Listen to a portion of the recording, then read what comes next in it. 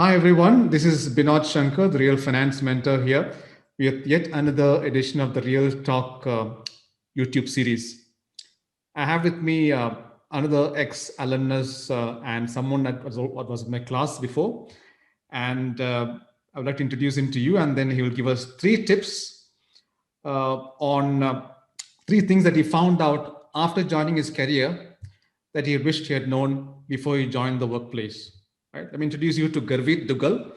Garvit is currently working in a strategic finance role at Parachute Home, a high growth e commerce and consumer retail startup based in the US, where he focuses on forecasting, reporting, and data analytics, along with helping all departments execute the strategy from a finance perspective. Prior to that, Garvit was with the real estate private equity group at Morgan Stanley and the Carlyle Group, where he focused on portfolio management and analytics. Garvit is currently based in New York City and is a CFA charter holder.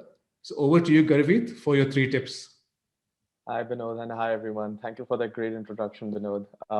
I'd like to start off, my three tips here, with the first one being never let your university degree, both your university brand and the program, define who you are. Now, prior to joining the workforce, I was under the impression that people who graduated from top-tier universities with distinguished degrees almost always did better than their counterparts who did not go to the same schools or get the same kind of degrees. But after spending a few years in the workforce and interacting with seasoned professionals, I realized how false that idea really was. Now, don't get me wrong, the, a renowned university or degree is great as a first step to land you that first interview, but that's really where that advantage ends. What's really important is how you develop yourself right after graduating or while you were at university. For example, I attended several industry networking events. Now, how that helped me was that A, it improved my communication skills, and B, it helped me develop connections in the industry, which is really important because you never know how you may work together in the future with the connections you create now. So that's definitely one thing that I worked on outside of just the university studies and exams and projects. Now, the second thing that I worked on was take financial modeling lessons from industry professionals, basically, which would help me understand how to apply these technical skills in a practical context. So this was outside of just the theoretical concepts that you learned at university. So I think these kind of skills and habits are more valuable to the longevity of a successful career compared to just graduating from a renowned university or a degree. So I think that's of utmost importance, is how you develop yourself as an all-round professional, really, outside of university. So that's number one. Number two would be being open to new opportunities. Now, this is something that's pretty close to my heart because I've experienced it, in my own life. You may think you have it all planned out. You got a degree, a qualification you wanted, you got the job you wanted, and you have clearly set goals to get to where you want to be, in terms of your long-term goals. But in this rapidly changing world, where developing new skills or experiences, is more important than ever, you should always keep an open mind, to basically new opportunities as they come to you. The reality is that you don't even know what you don't know.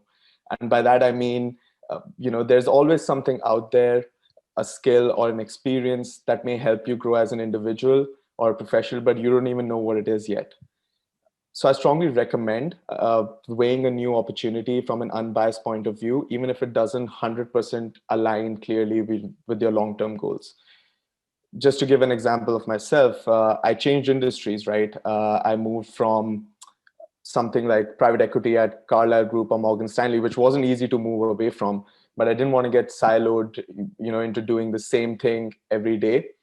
Uh, so when Parachute Home came knocking, I took that opportunity after obviously weighing, the pros and cons of it. But it is a startup, and I get to see exactly how a business is run, from different perspectives. So for me, it was a new experience, something I didn't plan for, but it came to me, and that helped me sort of grow more as a professional. And I'm really happy I took this opportunity because it gives me a different perspective of finance overall.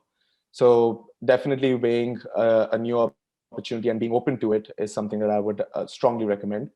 And then finally is number three, which is networking. Now, this is a topic that's obviously been beaten to death. Everybody talks about it, yet a lot of us continue to be poor networkers. And this is something that I wish I had started working on in university itself and attended even more sort of networking events and developed more connections than I made. Now, this shouldn't be limited to your managers or seniors. It should be extended to your counterparts and your subordinates as well. Everybody comes from varying life experiences, and the more you interact with as many people as possible, the more you will be able to improve your communication skills and have a much better perspective towards your professional and personal lives as well. The world is small, so you never know how the connections you make now may cross paths again with you in the future. So definitely, like, these would be three tips that I would give to anybody if they want to improve the longevity of a successful career. Thanks, Garvit. I mean, to summarize your points, number one was never let your university degree define who you are, right? Second was be open to new opportunities, very important. Mm-hmm. And third, last but not the least, definitely was networking. A commonly discussed topic, but not done, as you rightly said, by most of us who continue to be poor networkers. Yeah. Thank you so much, Garvit. You're right now in New York City, which is like an 8-hour difference from Dubai. Thank you for making the time and sharing your insights and experience of working both in UAE and the US in the finance sector and the startup sector. Is quite valuable. I wish you best in your career in your new role at Parachute, and hopefully we'll keep in touch. Yeah, definitely. Thank you so much for having me, Binod. Always a pleasure. Cheers. Thank you so much for listening. I really hope you found it insightful and inspirational. If you did enjoy this episode, please drop us a review and spread the word. And be sure to check out more exclusive content on therealfinancementor.com and my LinkedIn profile, which is Binod Shankar CFA. Let's keep in touch. Just add your name to the mailing list on therealfinancementor.com and we'll tell you about new episodes, plus book reviews, upcoming events, and blogs. Till the next time, onwards and upwards.